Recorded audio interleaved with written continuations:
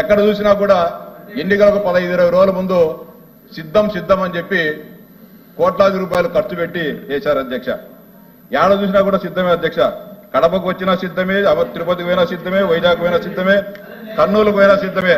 ఎక్కడ చూసినా అధ్యక్ష అందరూ ఇదేం సిద్ధం అనుకున్నారు అధ్యక్ష.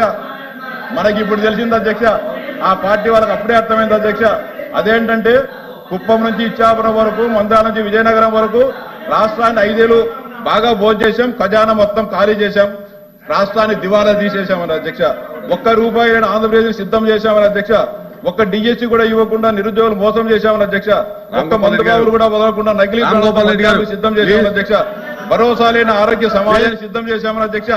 అధికారాన్ని అడ్డుపట్టుకుని రాష్ట్రంలో అన్ని భూములను తమ పేరుతో రికార్డులను సిద్ధం చేశామని అధ్యక్ష.